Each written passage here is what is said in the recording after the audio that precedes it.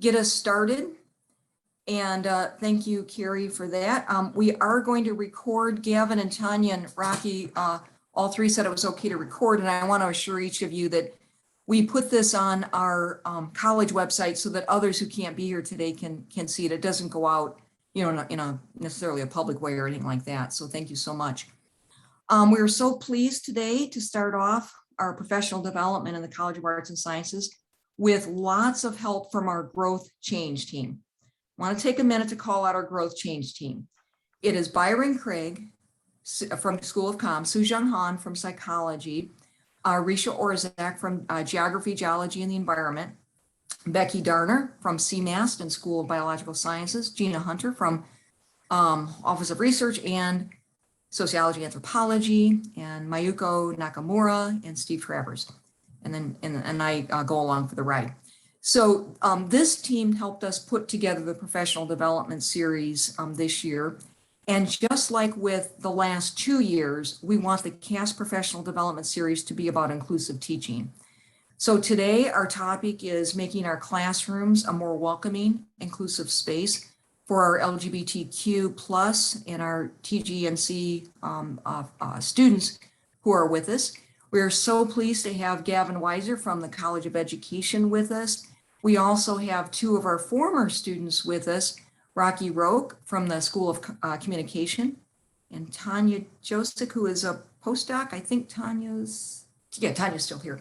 So I just want to say one other word. I'm writing everyone's name down, and it's only so that at the end of this, you'll all receive a survey from us so we can get your feedback on our session and we can use it to build better and more sessions. So I'm going to turn this over to Gavin. Gavin, thank you so much. Thanks. If you look close enough, I think you can see me behind Scott in his background picture, but I'm currently looking out over exactly where that picture is looking at, which is kind of funny. Super excited to be here. We collaboratively, the 3 of us, Rocky, Tanya, and I, collaborated to put together this presentation. So I'm hoping that it's showing up on your end. Is that correct? Great. And so here's sort of the outcomes of our presentation today as developed by the CAST Growth Change team.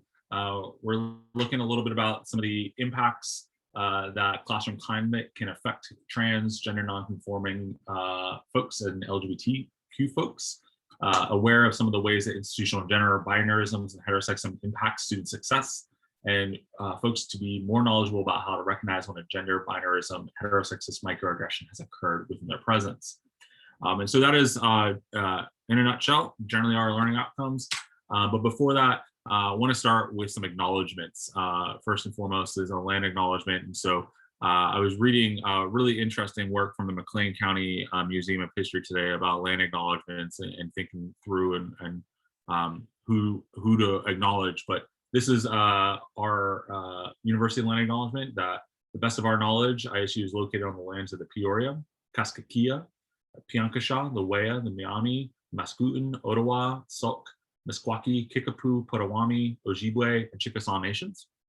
And we also have to acknowledge the labor that institutions of higher education in particular have been built upon. And this is coming from Dr. Taraj Stewart and his work around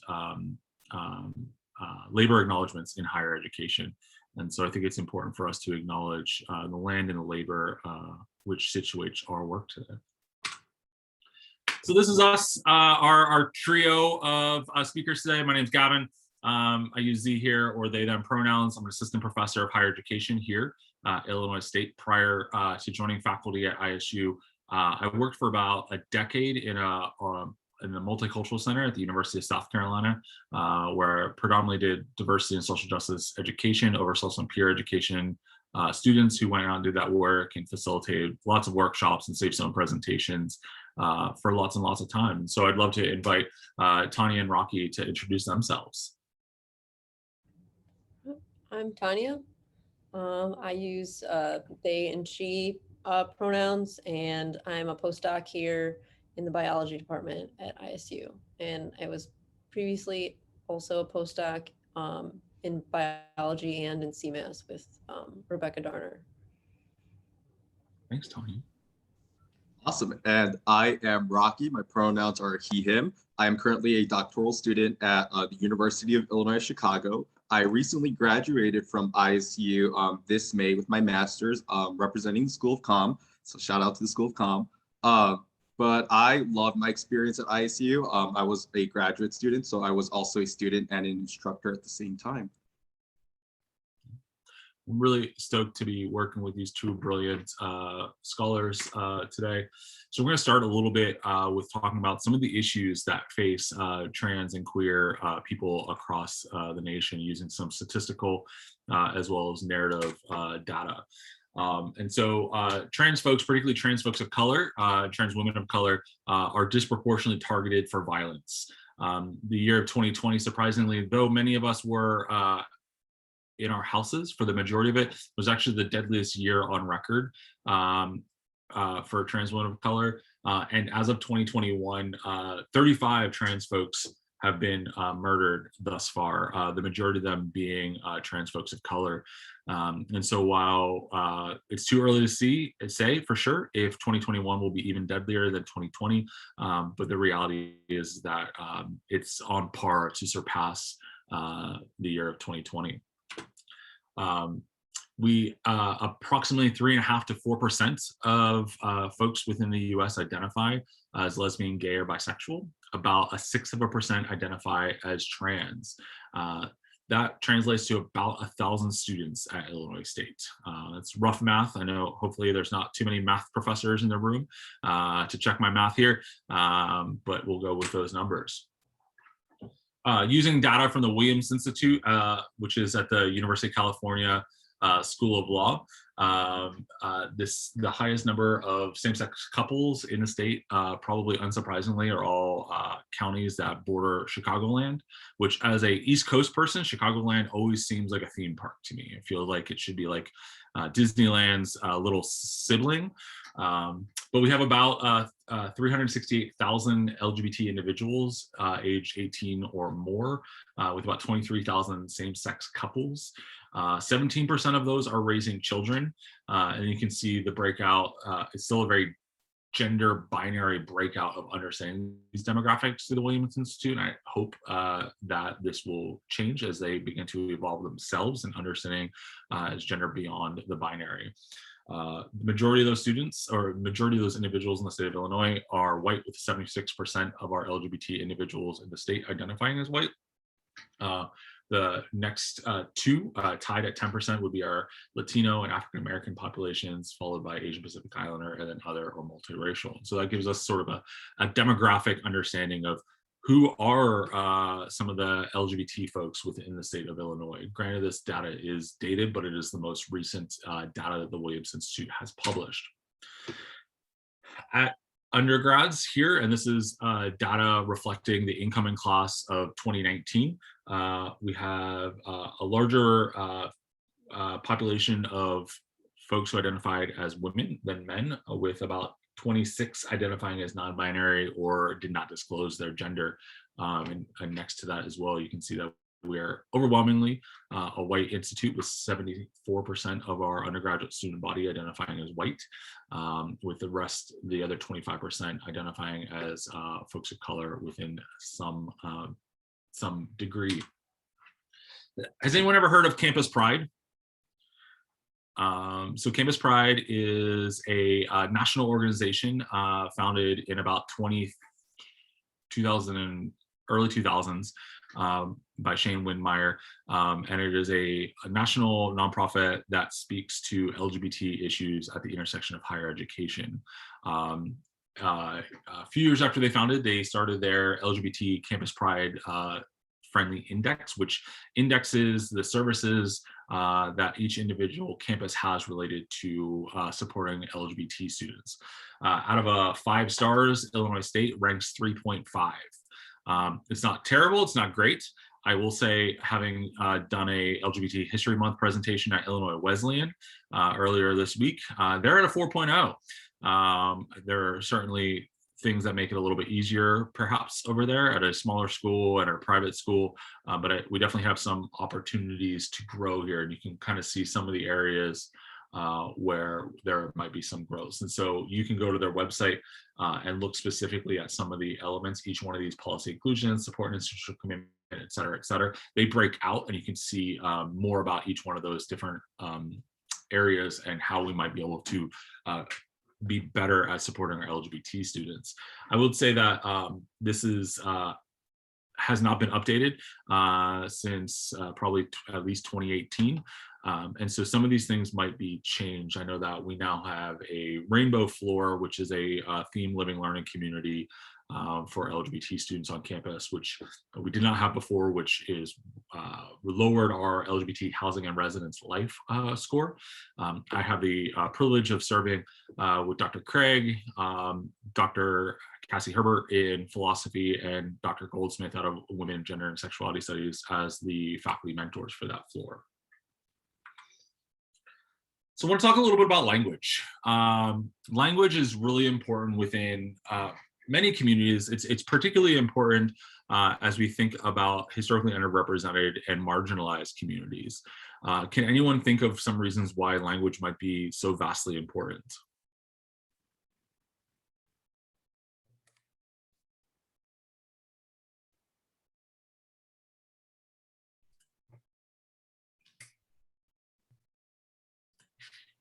It's a way of inclusion or exclusion. It can be used in both ways. Absolutely. Thanks, Rocio. Other thoughts? The language structures reality. Yeah. Be experienced as validation or invalidation. Yeah, absolutely. These are all really great answers. I think absolutely language creates sort of an in community and also helps to keep people safe. And so one of the images that you're seeing is a T-shirt. While it's not the Illinois State Normal University Fighting Pedagogues T-shirt that we started talking about before the presentation, it is the Friend of Dorothy T-shirt. Now, who here has ever gone to a major city's Pride Parade and seen a bunch of individuals dressed up as Dorothy Gale from The Wizard of Oz? And so that comes from historically, gay men might go up to other folks that they might think are gay and ask if they are a friend of Dorothy. And if the person says, oh, Dorothy Smith that works at Woolworths, like, no, that's not the Dorothy I was talking about. But if the person were to respond, oh, Dorothy Gale, then that was a way of signifying and signaling that they were a member of the gay community, or at least someone who knew about this. And this is a way that hopefully individuals were able to find other members of the gay community, find connections, find community. You could also potentially think about it as like a word of mouth, old school grinder. Instead of having a phone app, they could just ask that. And so it comes from Dorothy Gale, right? Somewhere over the rainbow. And so that's where that term comes from. And so it was a way that individuals could find one another and support one another and potentially find romantic partners as well. There are lots of acronyms are often used within our community, right? I remember when I was an undergraduate student, we had the LGBTSU, which was the Lesbian, Gay, Bisexual, Transgender Student Union, and they kept adding letters until finally they just decided to just call themselves Pride as a way to just stop adding letters and making it longer. But the important part is that we try to expand to ensure that everyone has a space. And so in most of my research these days, I use LGBTQIA Two-Spirit Plus as an attempt to be as radically inclusive as many parts of our queer community as possible. So on the left-hand side of your screen, you see sort of a graphic that I took from Positive Spaces that helps to identify and think about some of these terminologies that are important within the queer community. We also have within the queer community what we call the trans umbrella. And so beneath the sort of trans umbrella are a variety of different identities that defy or push back or reject traditional understandings of gender. And so there are folks who are trans, who are binary trans, and that might be someone who is assigned one sex at birth and chooses to transition, whether that is socially or biomedically, to affirm their identity. Or there are folks who reject and push back against the binary of gender, and those who exist sort of in that middle space, or those also who might reject gender altogether and not claim a gender, pushing back against those expectations as well. What questions do you have about language? What terms or identities or things that you have heard from the youths, perhaps that you have questions on that Rocky, Tanya, or I might be able to answer for you? You could verbally say that, or if you're more comfortable, you can put it in the chat or direct message one of the three of us. I think you can direct message us. No, you can't. Hey, Gavin. Yeah. I could ask a question. I was having a conversation with one of my colleagues who I think are on our squares right now. And I'm very comfortable with the word queer, but we were, that's how I self-identify as queer. We were having a conversation that can be very generational, and that there are certainly folks who would find that as very offensive. So what advice do you have about what language we might use when we're first encountering someone? Yeah, I think it's important, and I would ask for Tanya and Rocky to absolutely chime in if they want to as well. But you know, for instance, Diane, like, I did not know how you identified until this, so I've never really put a identity marker on you, because I know who you are, but we're not close, if that makes sense, right? And not in a bad way, just like the nature of, you know, I've been in the basement for the last 2 years. And so, like, I did not know how you identified, so I would not put any identity upon you until I have had that conversation with you, or you've disclosed that, because I want to make sure to honor how folks think of themselves. Some folks still, like, so my mother-in-law sort of cringes when I use the word queer, because, I mean, she's of an older generation, and that was a very, and is still a very harmful word for a lot of people. I myself was teased and picked on and called queer as a child, and it was not something that was positive, I will say, for the folks who were leveraging that word at me. But many communities reclaim language. And the reclamation of the word queer comes in sort of two ways. One, I think, is in the early 90s, 1991, there was a collection of scholars that held the first conference on queer studies. And so there is sort of an academic lineage about queerness and what does queerness look like. And that's one place to think about queerness. I would also say that queer is a word that, unless you're a member of the community or know that someone identifies as that, I would caution you against using it. There's also the preface of makes a big difference too. So I'm queer, I identify as queer. And if you say, oh, Gavin's queer, cool. If you say Gavin's a queer, that changes it drastically, right? And I'm sure there's, I know Dr. Craig is a rhetorician, and so maybe, like, he has more to say about why that one little letter makes such a vast difference. But that one letter makes a big difference in how we think about and consider people, right? I would also say that queer, for me at least, is not only a way of I think of myself as a sexual being, but as a political being. So queerness for me is about pushing back upon normative expectations on gender and sexuality and the way that we inhabit and exist within this world. And so that's how I think about queer and queerness. Rocky and Tanya, what did I miss? What would you like to add in there? I feel like you covered a lot of what I was thinking. So I also identify as queer. For me, it was just the fact that it's a nice, a more like umbrella term, while I'm like really trying to figure out my identity. And so personal experience that I've had, because I've had my family members ask why that's the word I chose to describe myself. And I think that just having the background knowledge of like why people will select will identify as queer, and knowing the history, so knowing that it's a reclaimed term, and explaining to people that it is something that if you do not identify in the community, that shouldn't be a word that you are throwing around, because it's not your place to use it. And so we have other words that are similar in different communities, and I think just in general,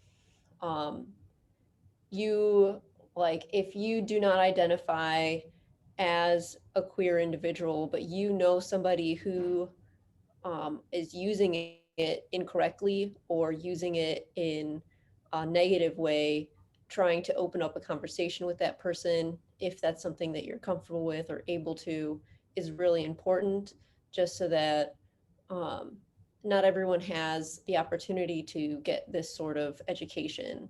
And so they don't know why this word was used, then isn't used, and then now is being used again.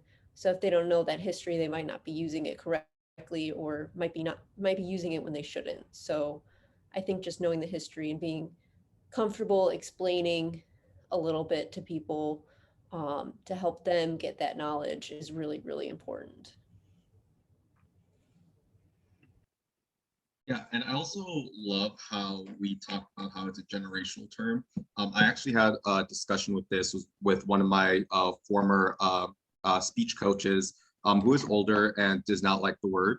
So typically, because I use queer as an umbrella term as well, and I use it on paper in academic setting as well. So whenever I have an individual who I guess like calls me out or say that they do not like the term, I just don't use it. I don't want to I understand the trauma, or like not even the trauma, but like the meaning behind the word to some folks. So I just don't use it. I use another term. I don't question it at all.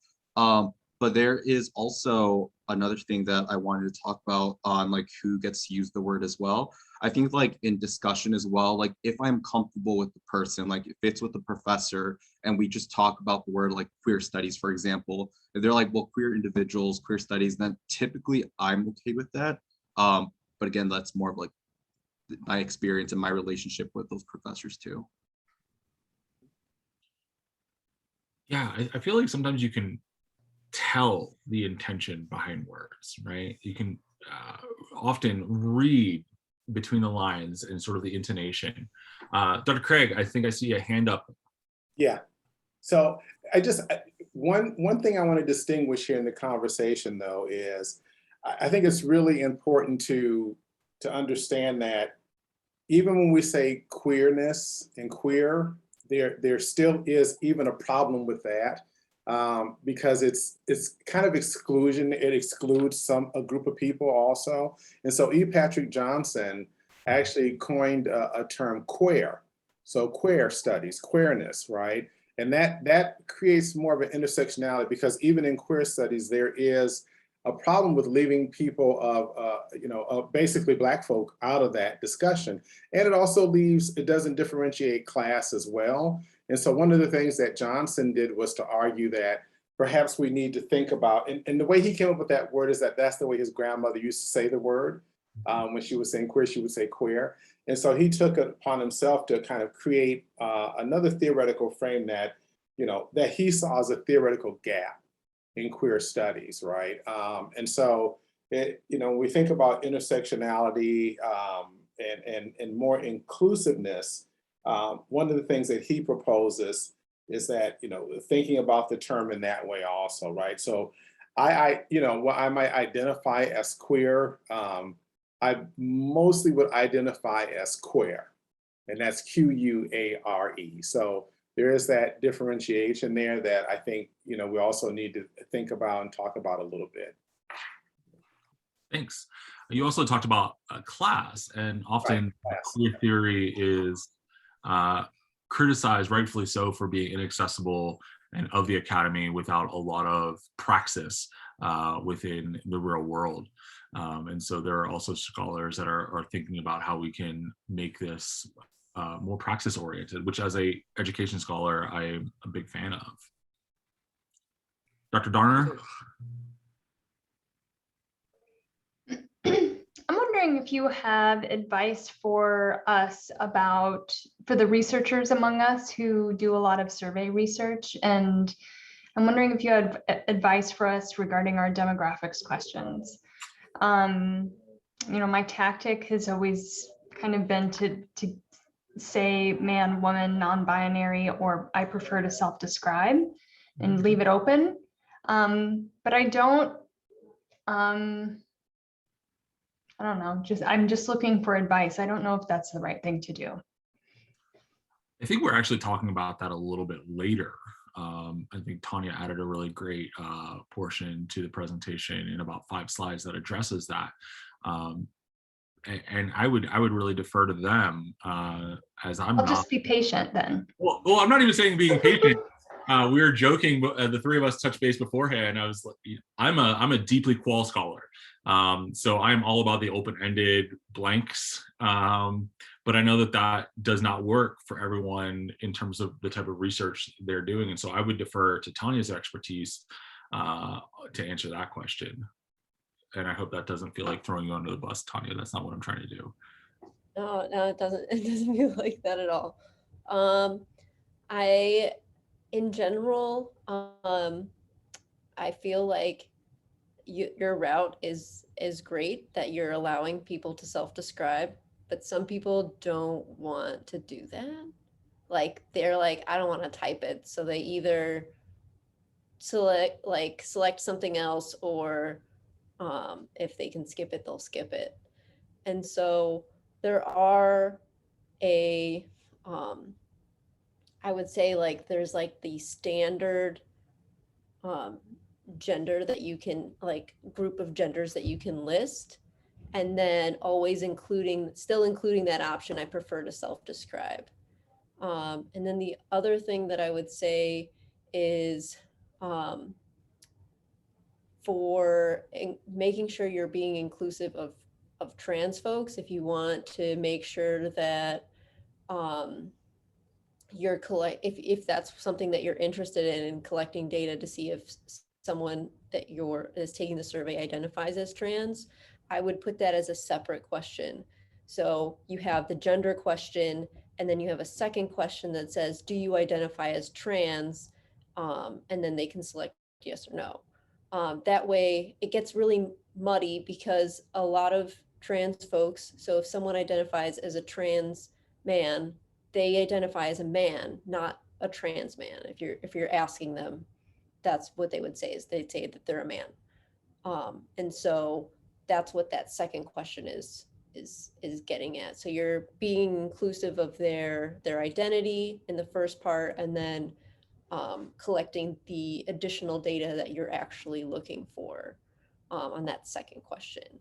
And then also you can get the group of individuals who identify as non-binary but don't identify as trans, as well as they identify as non-binary but also identify as trans, because that sometimes those communities overlap, but not always. As an example, like for me, I don't identify as a trans individual, even though I identify as someone who is gender fluid.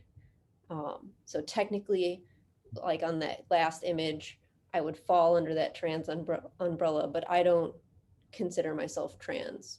Part of that is just my own personal preference of, I don't feel like I'm discriminated against for how I identify. And I think that a lot of trans folks have they have a lot more discrimination. Like I work towards helping Black trans women because they are the most at-risk individuals in the community. So that's just my personal preference, and it's not everyone's preference in terms of using the word trans. So that was essentially the advice I would give, is you could take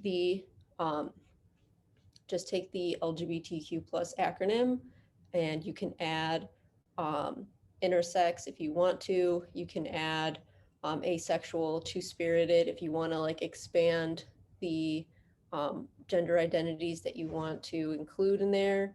And then you have that second trans question. And to Tanya's point as well, I think there are folks who consider themselves or think themselves as gender fluid who also do identify as trans. And so it is sort of up to the individual to think about how they think about themselves. So within my research, which is almost purely qual, I just ask, how do you identify with in regards to gender? I'm not doing any statistical analysis and comparing folks who identify one way to folks who identify another way. So I don't necessarily need clean, discrete data in the way that some large data sets might necessarily need that. And so for me, I just use the language of those who I'm working with. But I think, different methodologies require different approaches. Other questions regards to language that we might be able to answer? I just want to say a quick comment that earlier I kind of meshed gender and sexuality together, and that was an accident. So that was not intentional, but those are separate things, and I apologize for that. I didn't pick up on that, Tanya. So coming out is a big process and a big part for some folks of their experiences. Some folks have, maybe some of you have had students, friends, colleagues come out to you in the past, and it looks different due to the notion of presumed or compulsory heterosexuality. Generally, when you meet folks, we've been conditioned and trained that you just assume heterosexuality within individuals. And so because of that, we're often forced to continually come out if that is something that we choose to do.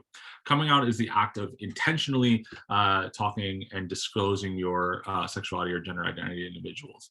And I say that as intentionally, right? And so if I come out and tell Tanya that I'm queer, Tanya shouldn't go and tell,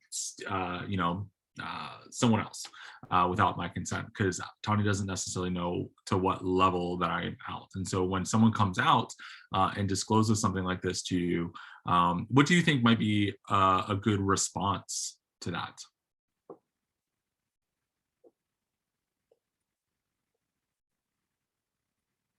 Who here has ever had someone come out to them, and how did you feel?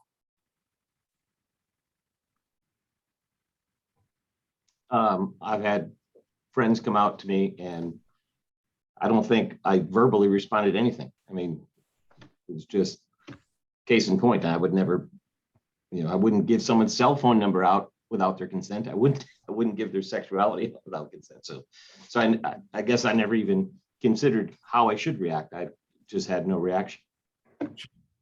That's great. Gavin, I would say that when I choose to come out, embedded in that is, I think, a statement of trust, that I trust this person enough.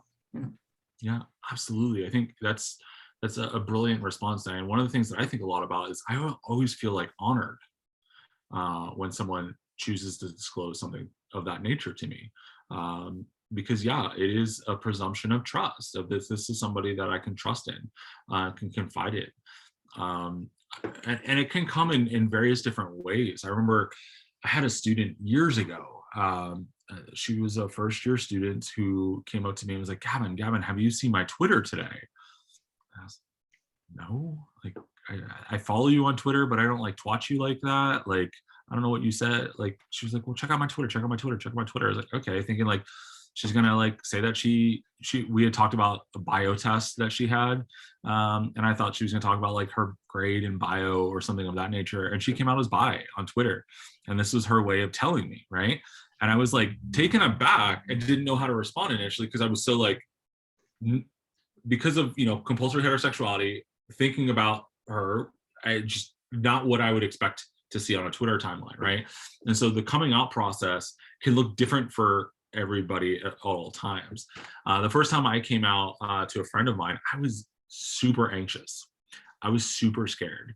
The first time I came out was actually at a professional conference we were doing an activity, a terrible activity that shouldn't be done anymore. But they asked if anyone was LGBT, and I like offered up that I was. And it was the first time I was a master's student. And I was like, I'm in Canada at a conference that I know no one here. I'd never have to come back. Cool. And that was the first time I tested the waters, but I was still super nervous. But through that action, I actually made a lot of friends and made connections that I still keep to this day, even though I'm no longer even in that professional field. And so often for many people, it can be a never-ending fear of coming out. And it might also shift. I had a friend of mine who was a teacher ed major that was very publicly out as a gay man in the state of Indiana, and then had to go and do his student teaching and went back in the closet. And ended up leaving teacher ed, and he's now a higher ed professor like myself, because he knew that he was going to have a trouble being an out gay man as a teacher in the Midwest. And this was, like the mid 2000s. And so maybe it's a little bit better now. Maybe it's not. Maybe it's still Indiana. So maybe not. But those are realities of like, you can be out in particular contexts to certain people, but maybe not necessarily everywhere. And so that's why it's really important when someone discloses that to you, you might want to thank them. And I think that's the best response is like, I really appreciate you coming out and sharing that with me, Diane. Is there anything that you need from me? How can I best support you? Do the rest of your colleagues know? Do your students know? So that way, if like students come ask and say something, I can directly respond based upon the relationship that I have with Diane, knowing what she may or may not want shared with other people. So I think that is a decent way to respond to folks that come out. Sorry, Gavin. Yeah, go for it, Tanya. Just one thing that I've found that a lot of people will say or you'll see it in movies very often and TV shows, is when someone comes out to somebody. So as an example, I came out to my mom and her response was, I don't care. Like, I love you no matter what. And the use of the word, like of that phrase, I don't care, even though your intention is usually like, I love you no matter what, or I still care about you, that doesn't change our friendship, whatever. The person coming out to you is coming out to you because they care about you, presumably, and they trust you. And sometimes saying I don't care is just like almost like a painful response. Like it's painful even though it was meant to be good intention, like with good intention. So really thinking about what you're saying and making sure that it's very clear that you're there to support them. And so negatives like I don't care can actually be a little bit more harmful. Yes, intention versus impact, as someone just wrote in the chat. So that was just like a quick thing that I wanted to say, just because I know that we see that in media a lot, is the I don't care response. And it's just something that I try really hard whenever someone reveals something to me that I didn't know about them before, making sure that I don't use that terminology. Yeah, I would, to at that point, Tanya, you bring up really great points that of the things that often are said that can be harmful. I think that's a big one. The other is, yeah, we all knew, right? Because that like traffics in all sorts of stereotypes about who is or who might be a member of the queer community, or the opposite of what? There's no way, you don't act whatever at all, right? Because those all traffic within those stereotypes of what might be within the queer community. I did not come out or think of myself until much later in life, because I did not fit the stereotypes of what a queer person looked like on media. And so it was hard for me to have possibility models out there, whether it was within media or in the adults that were in my life. And so those are, it's a really great point, Tanya. Thanks for bringing that up. Gavin, can I also jump in? So I'm also looking in the chat that like sometimes people just come out in conversation, like it just happened. I know that at least like last year when we were in Zoom, I always assign journals for my interpersonal and, public speaking students. And with these journals, sometimes they get personal, students would come out about their partner or their sexuality. And I always acknowledge it because one, I don't know if it was accidental, if they didn't mean to, like, I just want them to feel comfortable, like as comfortable as they can. So I always say, thank you so much for disclosing this information. That's awesome. And then I just like continue with my feedback. But it's also something that I do want to like just talk about. Like Gavin, you mentioned how your friend like had to like kind of like go back in the closet in a way, in a sense. So I had something very similar to like, I have professors on here. When I'm in the classroom, their classrooms, I am very out. I love talking about queer research. I'm gay. Here's my gay opinion. That's me. I love it. But when Zoom happened, we were all teaching online. I didn't realize how much queer like memorabilia and flags and stuff that I have in my background. So it did put me like off because I wasn't that open like with my students. So then it came to a point that I found myself like taking down some of my flags for like, for teaching. And it really did put me in this weird scenario where it's like, I'm in my own home and I can't fully express myself to my students. Like, I don't know, I felt like I was a fraud. I felt embarrassed, but then it's like, how am I having these conflicting feelings? So with that being said, I know that there are students who are also like on Zoom who have, items in the background too. So personally, like one thing that I do is I reach out to them in chat, be like, oh, that's phenomenal. Like, I love your flag. Like I have a similar one as well. Like I just try to like even in my classrooms, just be aware that like there might be students that like have like just things in their background that might out them unintentionally. But I try to make sure that at least my class is inclusive, that they're in a safe space and like I kind of like what they have. So yeah, that's really great. Yeah, and to Rocky's point and to someone in the chat, like it might not always be the separate, distinct conversation about checking a Twitter. It can be casual, sort of using language very much in how we were talking about Friend of Dorothy, dropping some language or some hints to see the physical reaction of the person you're talking with to kind of gauge how they might react. Is there a reaction? Is there a negative reaction? Is there a confused reaction? And that might be an individual testing of the waters to see if this is someone that they can confide in or not. I remember I had someone casually drop acknowledgement of their wife as a woman at a bank. I was trying to close my account and they started talking about their wife. And I was like, oh cool. Like and this was like rural South Carolina. And I was like, there was something about this interaction that you felt comfortable, or you just are that much of a badass that you don't care, which is also valid as well. But I felt deeply honored that this one-time interaction I had with this woman, she felt comfortable sharing that with me. So it can happen in a multitude of different ways. And at the end of the day, I think it's about supporting the individual and the relationship that they're building with you in that space.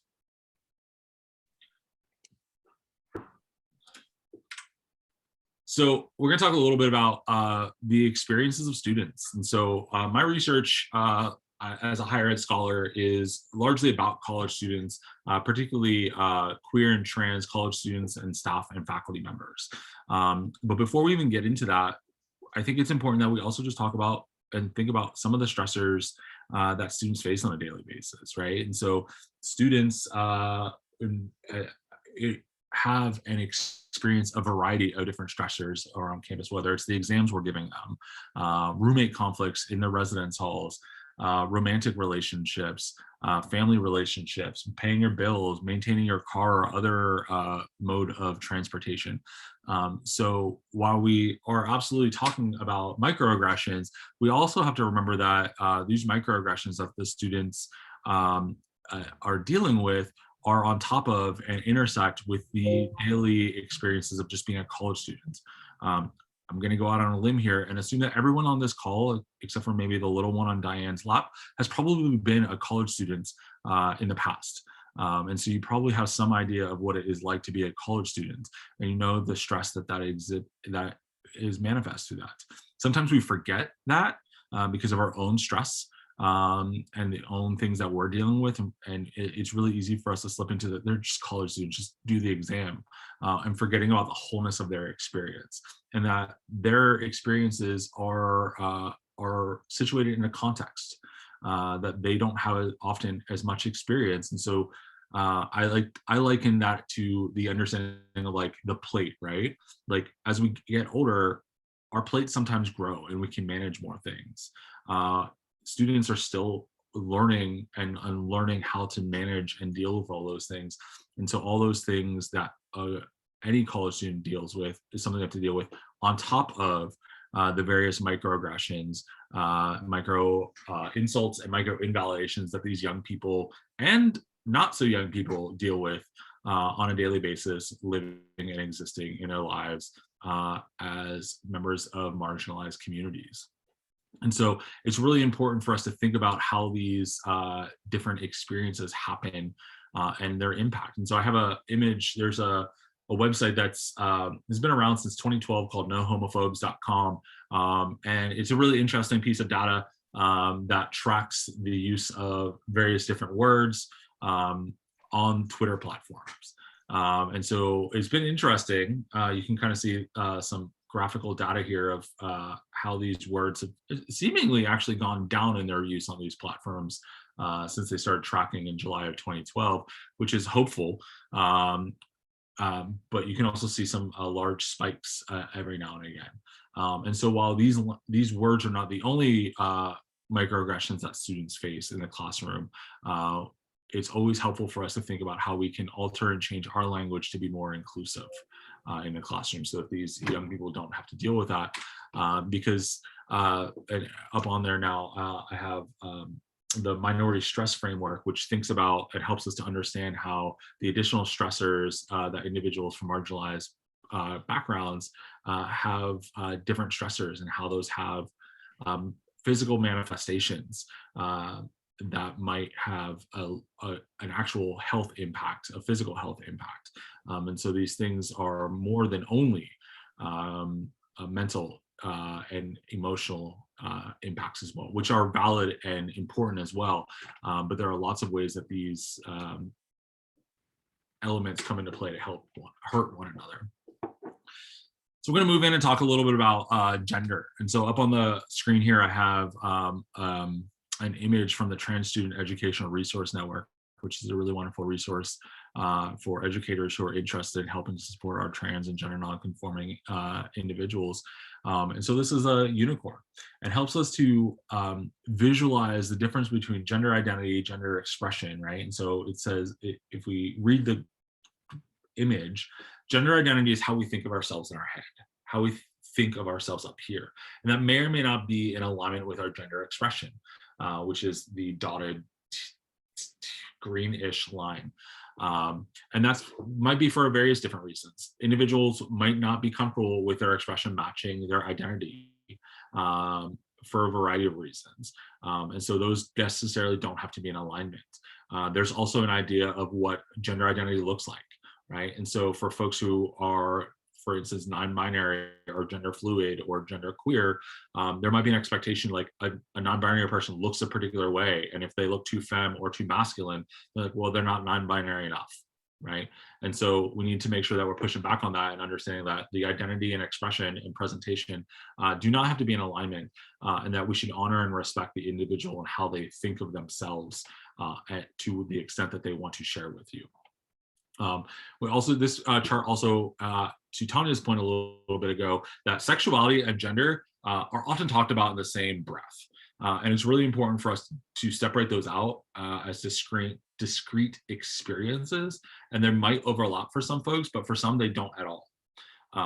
And so while these presentations are often framed as LGBT presentations, which in of itself compounds both the sexuality and the gender identities in there, it's actually a false, it's a false notion of just throwing different elements of identities together in a way that is not always helpful.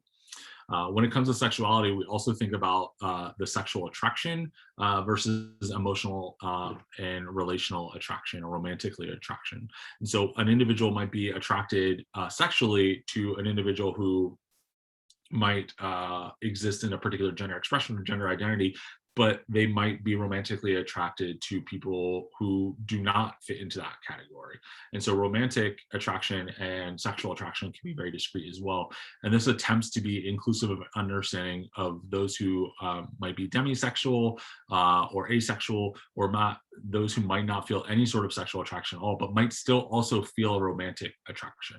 I think we have within Western society and culture, I think we have a really harmful idea that intimacy is only related to sexuality. And I think individuals should be comfortable with and engage and have intimate relationships with one another. And those intimate relationships don't have to be about engaging with sexuality. An intimate, close friendship can be a really fulfilling and wonderful thing. It does not have to boil down to wanting to engage in any sort of sexual act. Questions about gender identity or expression or anything that we've just been talking about, or things I've missed, Tanya, Rocky, that you'd like to add in?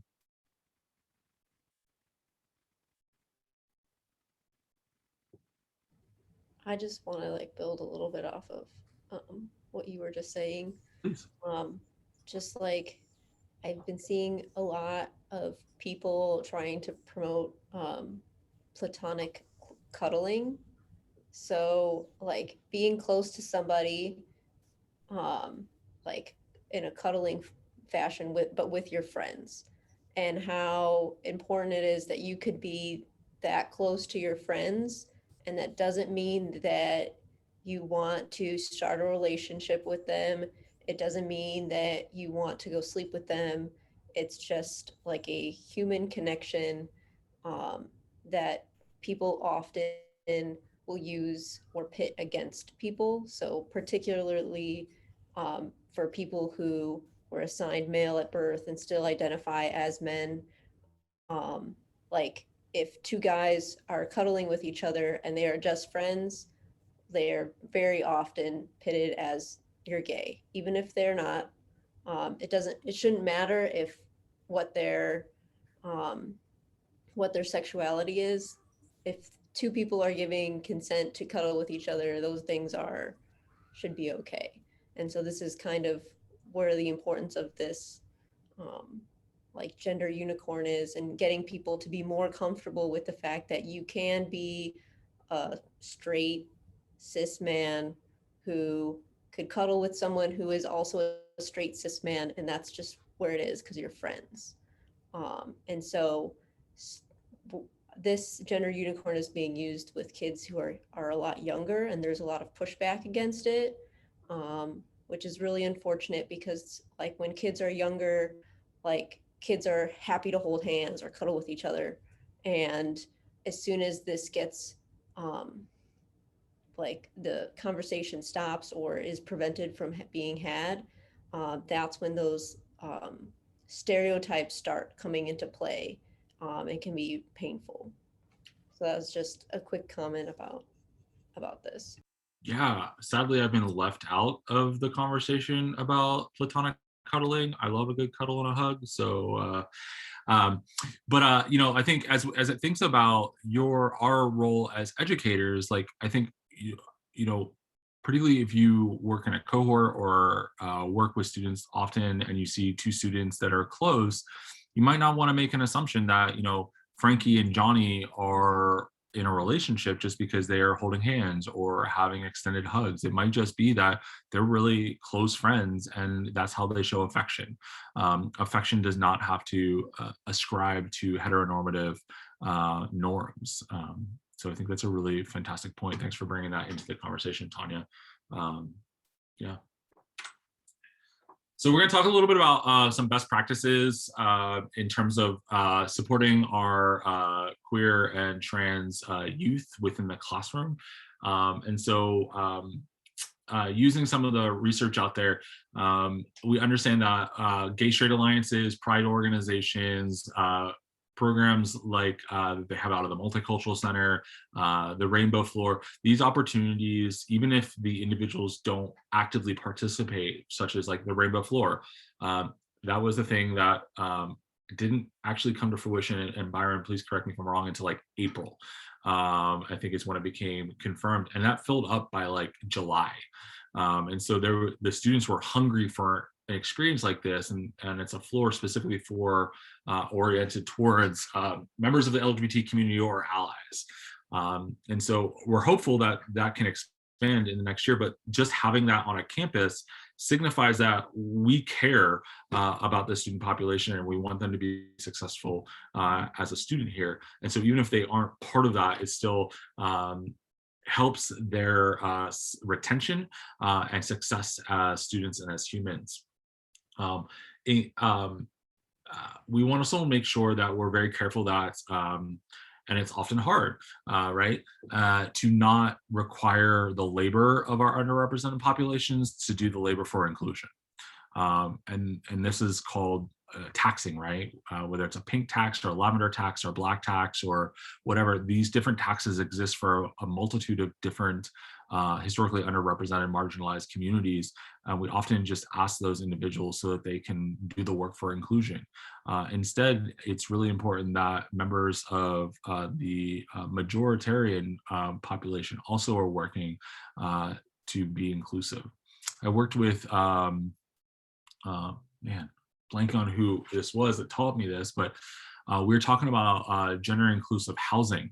And this individual who was given this workshop that I attended said that, you know, the most important part with this is that the students should feel as if they were expected. Let me say that again. The students should feel as if they're expected. It should not be upon the students' shoulders to do the work to create a space which is inclusive for them. And so, you know, I worked for a long time with a number of our trans students at my former institution. We did not have any good policies for our trans students. In fact, I had a trans woman assigned to an all-male residence hall at Carolina. And University Housing did nothing to support that student. And so there was this young woman who was living amongst all these men, which is probably not the best situation for her. And that was just the decision that University Housing made. And so that's a problem. Making sure to use their preferred names and pronouns, and Tanya has some advice for that. We'll talk a little bit about later. That gets to some of the questions that Becky had earlier as well. So we want to make sure in the classroom we're using gender inclusive language, right? And so maybe not saying ladies and gentlemen at the beginning of a class. I lived in the state of South Carolina for 10 years, and I think one of the most brilliant things that I picked up from there was the use of y'all, because it's inclusive. It's like y'all means all, right? You don't necessarily have to say that, be exclusive. I grew up in New Jersey, right outside of Philly, so we say, hey, you guys. I had to excise that from my language because that's not inclusive. I am not from the 60s, but there's a sort of like a little hippie soul inside of me. And I used to engage and use a lot of like hippie language. I'm like, yeah, man, that's rough, right? Well, I said that to a trans woman once, not really intending anything. She was telling me something and I was like, oh, yeah, man, that's really hard. And then I saw her face drop.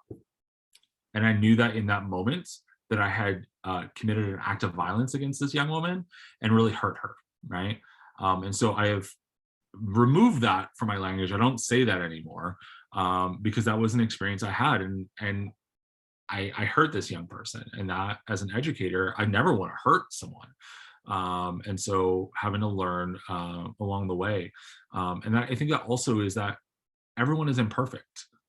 There's an opportunity where folks are just going to mess up, and that's natural and that's going to happen. And it's about how you handle the mess up to move forward. And so I apologized to this young woman profusely, explained, I said, it doesn't matter, but this is what I meant. I said, I'm really sorry. She was in my small group at a Campus Pride summer leadership program. I knew that she was not going to be comfortable with me from that point forward. It was evident. And so because what was important was a student's experience, I was able to help connect her with another facilitator that hadn't done that. And again, it was not actually me attempting to misgender this individual, but it was the use of this supposed, universal yeah man, which is not universal. And so that is just a way that we need to really think about how we can use this inclusive language. I think it's really important for us to consider who we're reading in the classroom. I make a really big point in my curriculum that I teach over in our master's program, which is all that I teach. I only teach graduate students, so it's a little bit of a different experience than some of you who only teach undergrads. But I talk a lot about who we're reading. I, as a student, as a young student, always assumed that everyone we're reading was old dead white men, because that's just what probably was the truth, right? When I went to college, and so I very intentionally try to make sure that I am bringing in diverse positionalities within the research that we're reading, and talk specifically about that, because we really need to begin and to continue to decenter whiteness in our curriculum. I think that's radically important to make sure that different voices are in our classroom. I think attending things like this is a great start. I think workshops like this, or other workshops across campus or beyond, have an intention to plant a seed. They're not, by the end of this workshop, you're not going to know everything. The hope is that you know more than you knew at the beginning. But if you don't know more a year from now than you knew today at the end of this workshop, I have still failed you. Because the intention is through this is to stimulate some learning, to plant a seed so you can continue to water that and learn a little bit more. Tanya had the opportunity to write a really fantastic article that had some classroom suggestions. So I'd love to turn it over to them to talk a little bit about their work. Yeah, so I've adjusted the classroom suggestions that were in the paper. The paper's just at the bottom here, because the classroom suggestions were originally written in the context of the biology classroom, but I've adjusted them a little bit so that they can be more broadly used. And so some of them we talked about on the other slide a little bit, but starting, one of the most important things is being thoughtful about the language that you're using. So making sure that you know what the acronym LGBTQ plus stands for, what it means, and that you're using it appropriately is really important. And learning more about the vocabulary. So we did ask earlier if you had questions about vocabulary. Sometimes it's not as easy to ask those questions in front of a group of individuals. So whether you ask somebody who does know or do your own research just on your own, that's really, really important in case one of your students comes out to you, so that you can better understand what they're saying and how you could possibly provide support for them. The other really important thing is to try and create opportunities for your students to let you know who they are. And so you want to start by trying to do your best to make sure that that space is as safe as you can possibly make it. So making sure that your students know that you're somebody who is open to talking about LGBTQ plus issues. And one of the easiest ways that you can do that is just by putting your pronouns out there. So starting first day of class saying, hey, in my case, I'm Dr. T. My pronouns are they, them, and she, her are also okay. And so just starting the class showing here are my pronouns, even if you identify as like the gender that you were assigned, that's totally okay to keep using your pronouns, but sharing them really helps crack that door open to show that you are aware of at least some of the issues that the LGBTQ plus communities face. And then trying to work on creating opportunities for individuals to share their pronouns and names.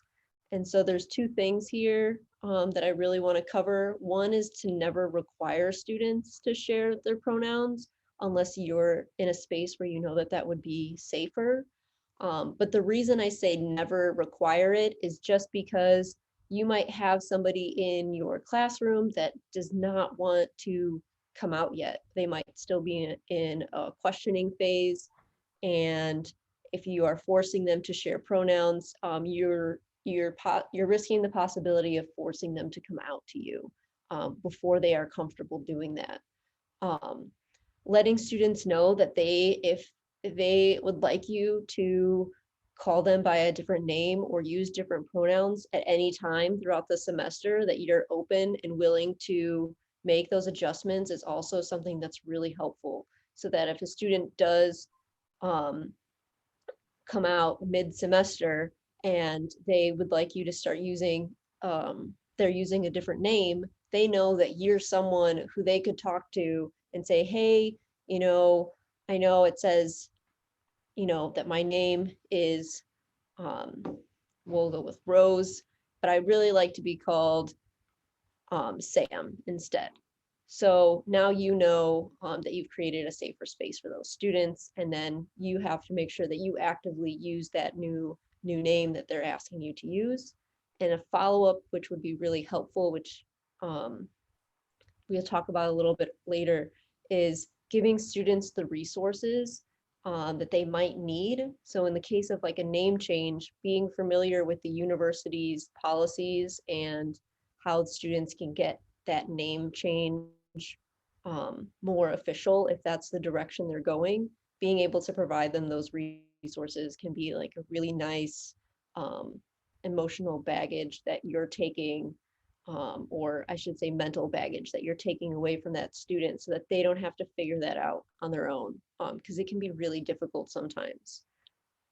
Making sure that you're an advocate for the LGBTQ plus community. So we talked about it a little bit earlier. If you make a mistake, view it as a learning opportunity, apologize for your mistake. And I say apologize once. And I underline that because if you will say that you dead named somebody or use somebody's previous name that they no longer go by, you apologize once, and if you keep saying, I'm so sorry, I'm so sorry, I'm so sorry, you've turned what was already a big deal into an even bigger one. And then that makes the whole situation really awkward for everybody. So apologize once and then immediately correct yourself. So in the example I gave earlier, you're talking to that student, say, hey, Rose, I'm sorry, Sam. Make sure that they're aware that you want to correct yourself and that it was an accident, and that you're not purposely using someone's previous name or different pronouns on purpose. And then doing your best to support the LGBTQ plus community. So if there's some sort of thing going on campus that you can promote it. And I'll give another example on the other slide as another way you can support the community. Working towards having inclusive classrooms. So we talked a little bit about including papers written by more diverse individuals. I always mention trying to be mindful about humor and pop culture used in the classroom. A lot of times I'll see faculty or even graduate students wanting to be like, oh, I'm going to reference this TV show because it's hilarious and great and I love it. But you don't know what kind, you might be introducing a show that is actually painful for people. So I use Rick and Morty as an example of this. I used to really like Rick and Morty, but they very frequently make homophobic comments. The creator has a history of sexual harassment in the workplace. And so now I just don't use that show at all as a reference because that can bring up bad memories or you're promoting a show that isn't very, very inclusive to people. And then using the positive, well-rounded examples of LGBTQ plus the identity in your curriculum. So that could be using papers. One of the ways that I try and do this in my classroom, since we don't really we don't really use papers in the class, is I start every lecture with a animal physiologist or just a physiologist of the week. And I try to make sure that every single physiologist I talk about is not just a straight white dude.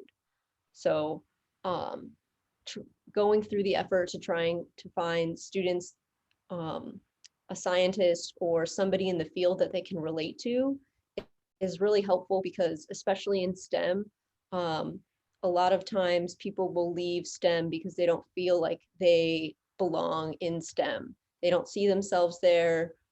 They see themselves in other types of majors. And so they'll leave because they don't feel very welcome. So showing examples of people who are LGBTQ+, who have been successful, is really, really helpful for those students.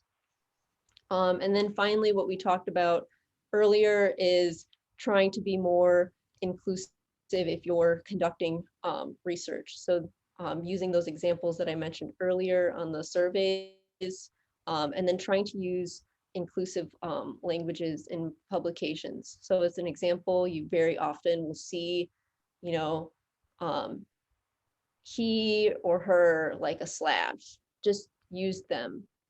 That includes everybody. More generally, if you're giving like a lot of the, in biology, you'll see a lot of labs written. He or she will stand while someone measures him or her. Just get rid of the slash. You don't need it. Just put, they can stand, and other students will measure them, as just a quick example. Yeah, and I was going to say that that's what I've got for this.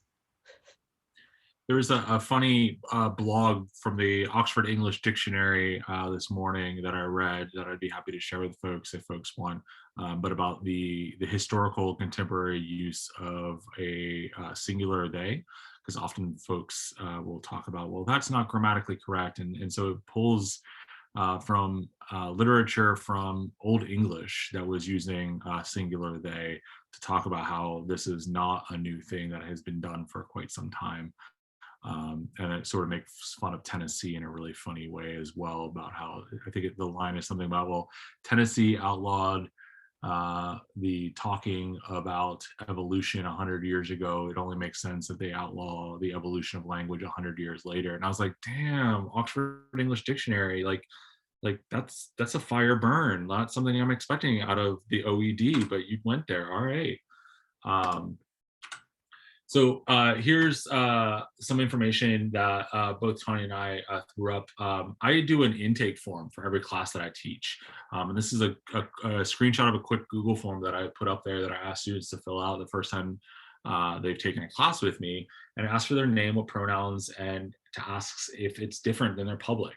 And so instead of students having to go around and be like, oh, I'm Frankie and I use whatever Z here pronouns, this is an opportunity for them to share with me what they want, and also identify that like they might be wanting to try something out in private, so that, you know, Frankie might be Frankie on the roster and in class, but might be Rose in private. And so I know that when I'm emailing with Frankie at ilstu.edu, instead of calling them Frankie, I would use Rose and their preferred pronouns in private in their email.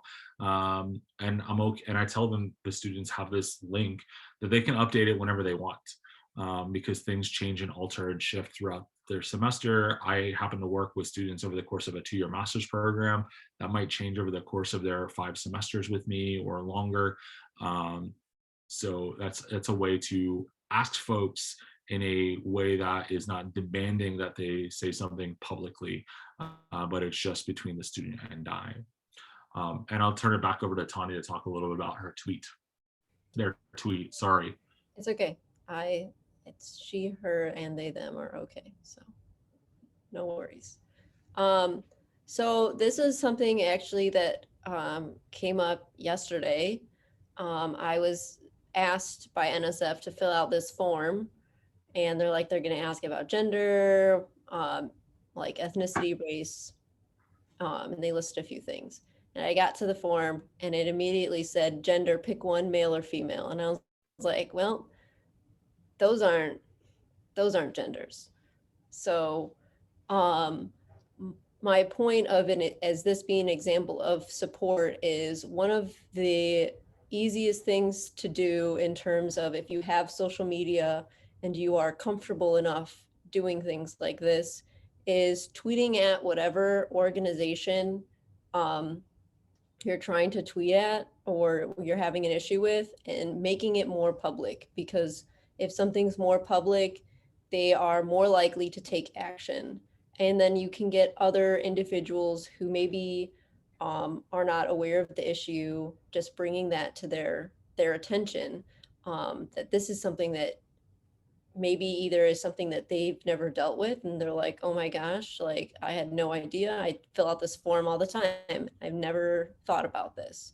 Or you can get people's attention who can actually initiate the change and fix that so that these surveys or data collection methods in this particular example can be updated and fixed.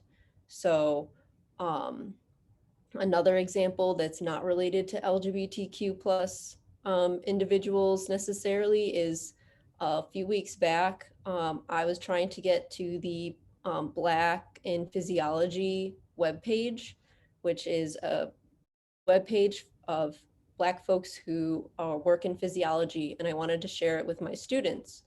And I couldn't access it using ISU's internet. So I tweeted at ISU, like, why can't I get to this page? Why is it blocked? And it was fixed the next day. So immediately my students were now able to access this page if they ever needed to use it, because it was a really good resource to see some other Black folks who are in physiology and have their PhDs already or are undergraduates presenting research. And it really, I wanted to use it as a way to help those individuals who might relate to them in my classroom, seeing themselves as someone who can be in physiology because they do have a place in physiology. Thanks for your advocacy, Tanya. So I think it's really important for not only members of the queer community, but for everyone to interrupt bias as they see it happen. Generally, folks who are from marginalized communities are going to be more often recognizing and noticing incidents of bias and microaggressions. But it's important for even those of us who belong to communities that are not marginalized to think about these things so that way when they occur that you can take action. It's really important to have the advocacy of other folks sticking up for individuals. For instance, our dean, who sent out an email, a blast email to the entire College of Education with a bunch of announcements. And one of them was congratulating me on some national honor that I had received, but used the wrong pronoun. And so it was sort of like a, well, thanks for the recognition, but it wasn't great, right? And so I didn't say anything. I'm pre-tenure. I wasn't going to cause a ruckus, yada, yada, yada, whatever. And several of my colleagues apparently emailed the dean and he issued an apology email to the same email list, right? And so that would not have happened if it hadn't been for likely others who I don't even know who did it, emailed him and asked him and sort of corrected him in that space. And that took a lot of guts for some folks to do that. And so I think it's important for us to stand up and be in community and solidarity with others. Part of that is to engage in a number of the resources that we have, not only at ISU, but beyond. And so the Multicultural Center has its grand opening next Friday afternoon. So if you're unaware of that, look into that. That could be an opportunity for you to begin to get tapped into some of these networks. There's also the LGBTQA alumni network here. There's Pride, which is a student organization. There's the Queer Edbirds. If you have education majors who are queer, is an opportunity for engagement with them. Women in Gender and Sexuality Studies is a good resource for having conversations about LGBTQIA issues. And then the Queer Coalition at ISU is the faculty, staff, and graduate student organization for queer students. And you know at least two people. Dr. Craig and I serve as the co-presidents of that organization. And so feel free to engage with our group. On campus, we have a number of different gender inclusive restrooms. Here's a map from the ISU's website about where our gender inclusive restrooms are. There's one in Fell, so I know some of you are in Fell. There's one there. I don't quite know where it is actually, but it's there. And a number of other places. Cass is large and nebulous and confusing to me. So I don't know where all of your offices and classrooms are, but here might be a resource for you to think about where might be some gender inclusive restrooms. We're hoping to improve this map, not only the map as it is, but just in terms of more restrooms, gender inclusive restrooms across campus. So hopefully we can have another conversation in a year and there's much more yellow. Also, now that I think about yellow is a terrible color as we think about restrooms, but we'll move beyond that. Here's some, I'm glad that some of you got that joke a little delayed. Here's some local and state resources. There's the PFLAG, or Parents, Families, and Friends of Lesbians and Gays. There's the Illinois Safe Schools Alliance. There's the Bistro, or Friendly Neighborhood Gay Bar in downtown. I'm still somewhat new, so I have to think about which is uptown, which is downtown. The Prairie Pride Coalition, of course, is very active within town as well. And then nationally, here are some really great resources that you can continue to water the seed that hopefully Tanya, Rocky, and I have planted this afternoon to learn more. There's a lot of really great resources out there to help us as educators be better educators for our LGBT community.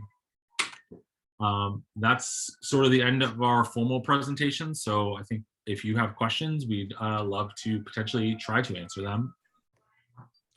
Hey, Gavin, I want to shout out one of the resources you just had on there, Glisten.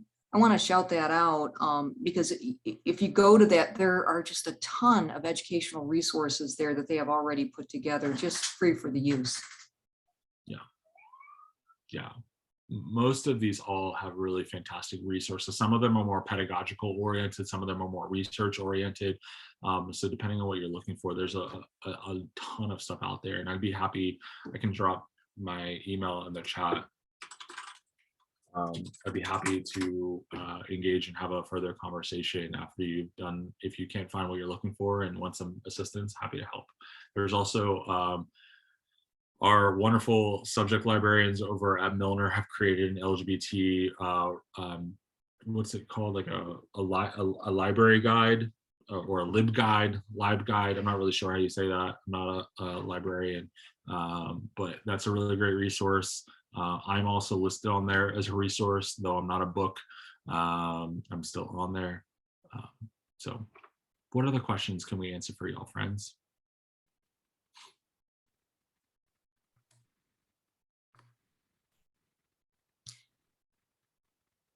Hey, Gavin, if you don't mind, if I could come back, Tanya, something you said quite early on in our discussion, and it's still marinating with me. And you know, you gave the example of coming out to folks, and you used an example of people saying to you, oh gosh, I love you anyway. Or I think that's what you said, Tanya. I love you anyway, or something like that. Yeah. And I was just kind of deconstructing that about, is there something implicit hidden in there? And I'm only saying that in terms of how one might respond to someone coming out and thinking about that. Is there an implicit comment in that? I Or mean, maybe it was I love you anyway or something like that. it was I don't care, I love you no matter what. Yeah, that's how you said it. Yeah. So I guess I'm gonna be completely honest, I'm not quite sure what you're asking. Yeah, and let me just say, I love you no matter what. Okay. And I'm going to guess people who say that, and I've certainly heard that as well. I love you no matter what, right? It's meant to be supportive, but what I hear with that is it's almost a dismissive. It's meant to be supportive, but as well, despite that, I still love you, right? Yeah. Yeah. And I only draw that out is oftentimes in trying to be supportive, think about how it might be heard from the receiver side. I guess that's just what it's still kind of been marinating with me as you mentioned it. No, that's a really, really good point. Is a lot of times in a situation we'll go with where like the other person is trying to show you support. They often, like, not often, I shouldn't say that, but sometimes they will come back with something like, you know, it's fine, like, you're still my friend. And they're trying to show you that they're supporting you.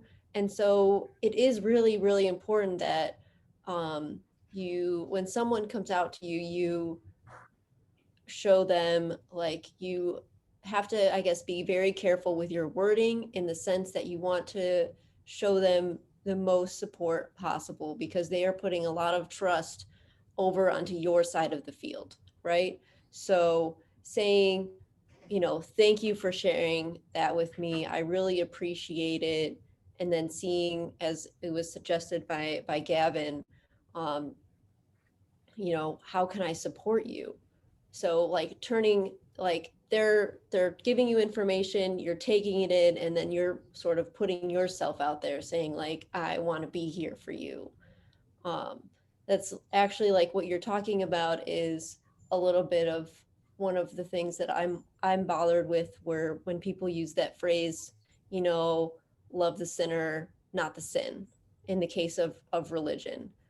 I'm on the side of, if you're saying that what I'm doing is a sin and you love me despite this, then you aren't really supporting me. You aren't supporting me in my life, because you still think that a big part of me and, you know, my marriage is not valid, and how I feel about my wife is not valid, because you love me as a person, but not what I do. So, you know, things like that can get, they always seem like they're good and they're trying to be like well-intended, but are actually can be really, really hurtful, whether you meant to or not. Almost an implication as I sort of deconstruct that language of, you know, I love you anyways, is like that you're unworthy of being loved in some contexts.